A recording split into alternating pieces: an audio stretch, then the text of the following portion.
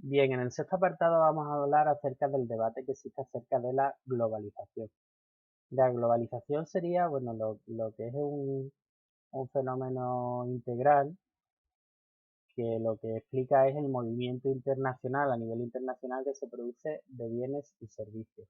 ¿Vale? Ese movimiento de bienes y servicios a nivel internacional, y bueno, no solo de bienes y servicios, sino también de los distintos factores productivos, del trabajo, del capital, de la información, de la tecnología, pues han provocado que se hable de una economía a nivel global, que se mueve a nivel global, que se expande a nivel global y entra en crisis también a nivel global, y que lo que ocurre en una punta del mundo pues tiene repercusión como si fuera una especie de efecto mariposa en prácticamente toda la economía internacional. No sé si sabéis que hay, bueno, muchísima crispación respecto a la globalización. De hecho, hay muchos movimientos antiglobalización en el planeta, organizaciones no gubernamentales que se oponen a esta globalización, partidos políticos que tienen muchísima importancia en algunos países, sobre todo, bueno, con un espectro de izquierda, de izquierda más radical, que se enfrenta a esto. De hecho, no sé si sabéis que muchos, por ejemplo, la formación de Podemos, del partido político que hoy es Podemos, tenemos, o sea, se tiene de hecho una gran cantidad, un peso muy importante, esos movimientos antiglobalización, ¿de acuerdo? En la propia formación, en los propios colectivos que hay dentro de Podemos, están algunos movimientos antiglobalización importantes. Bien, en la práctica, aunque este movimiento internacional de bienes, servicios y factores productivos pues existe tal cual y hay constancia porque de hecho, bueno, la crisis económica que ya os comenté que se desata a partir de 2008-2010 en todo el mundo va a tener su origen en la quiebra de un banco americano que es Lehman Brothers y como a partir de ahí todas las economías europeas y en cascada prácticamente todas las economías mundiales sufren esa crisis y la crisis va a ser global durante al menos 6-7 años, va a ser común en todos los países, pues prácticamente de Europa, de América, de Asia y demás. ¿Qué pasa? Pues que es cierto que la globalización no se ha completado, no es un proceso que sea total, es decir, ¿por qué? Pues porque esos movimientos internacionales de bienes, servicios y de factores productivos no se produce como tal, como se entiende. ¿Por qué? Pues porque hay trabas a la libre migración, es decir, hay ciertas nacionalidades que se pueden mover libremente por el planeta sin prácticamente limitaciones y sin embargo, al contrario, eso no ocurre. Sigue habiendo proteccionismo en muchos países, ya os he hablado de Estados Unidos, he hablado de Brasil, os he hablado de Rusia. También hay desequilibrio, por supuesto, en conocimiento, en tecnología, en patentes entre los países más poderosos del planeta y los que menos. Entonces, en ese ambiente globalizado, ¿cómo va a competir Angola o Bangladesh contra Estados Unidos? ¿Cómo va a competir un país como Andorra o Liechtenstein contra China? ¿De acuerdo? No hay equilibrio y por supuesto y a nivel de desarrollo tampoco. ¿De acuerdo? Es decir, no solo por tamaño, sino también a nivel de desarrollo. Bueno, os incluyo algunos vídeos que pueden ser interesantes y ahora os voy a hablar de esas asimetrías que hay en la globalización. Y la teoría dice que esa globalización, que ese progreso a nivel mundial que se produce en la economía y esa vocación internacional de la venta y compra de bienes y de servicios debería llevar el progreso y bienestar a todos los países del mundo.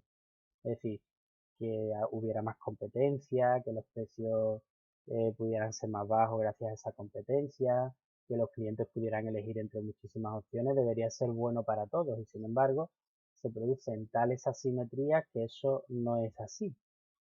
Por ejemplo, se produce asimetría en el caso del trabajo y del capital. Y os cuento en qué consiste esto. Por ejemplo, las empresas sobre todo de los países desarrollados se mueven libremente por todo el mundo y compiten entre sí por intentar lograr los salarios más bajos para poder obtener los beneficios más altos. En algunos países del mundo donde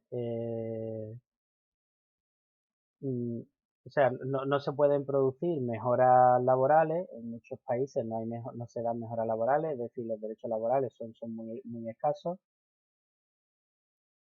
¿vale? Porque si esas mejoras laborales se produjeran y resultara más caro para las empresas tener a esos trabajadores en esos países, digamos, donde hoy se producen esas fábricas mundiales que hay en Bangladesh, en Tailandia, en Birmania, en Vietnam, en Indonesia, si en esos países se produjeran mejoras en derechos laborales y las empresas tuvieran que pagar pues por bajas médicas, por subsidios, prestaciones, cotizaciones más elevadas por esos trabajadores y demás, pues esas empresas se irían del país porque ya no les resultaría rentable.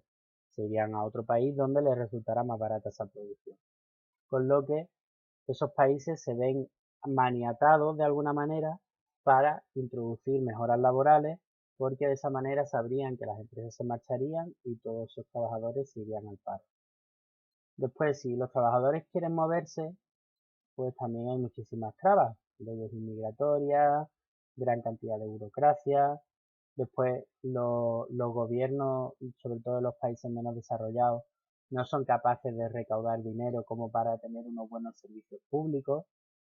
Si ya es complicado mantenerlo en los países más desarrollados, donde la gente paga impuestos y existe una normativa y todo el mundo tiene que contribuir, imaginar en los países donde esta normativa no existe y donde pues hay un capitalismo mucho más salvaje.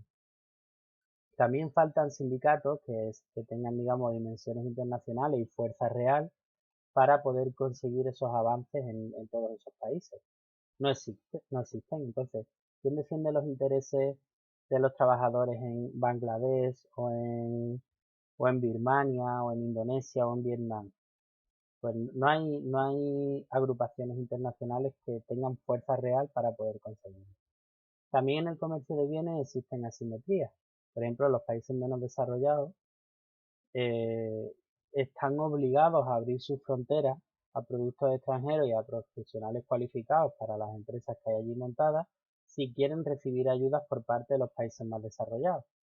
Por ejemplo, Bangladesh, ese ejemplo que estoy poniendo, que es un país que hay pegadito a la India, de hecho está prácticamente rodeado por la India por todas partes, mayoría musulmana, uno de los países más pobres del mundo, con una renta per cápita más baja.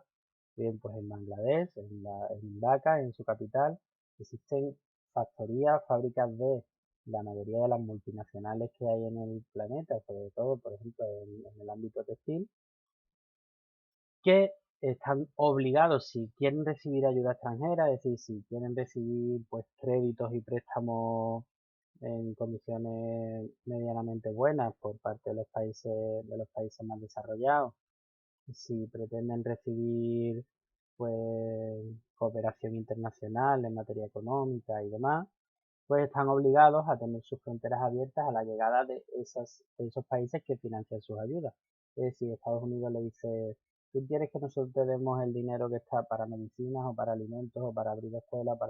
Pues tienes que dejar las fronteras abiertas para que nuestras empresas vayan allí, para que podamos vender nuestros productos allí, para que nuestros trabajadores más cualificados puedan ir allí a organizar esas fábricas y entonces sigue la población local, sigue estando subordinada siempre a esas empresas que traen sus fábricas, que traen a sus profesionales y que al final se quedan también básicamente con la plusvalía, es decir, con el beneficio de esa venta de bienes y de servicios.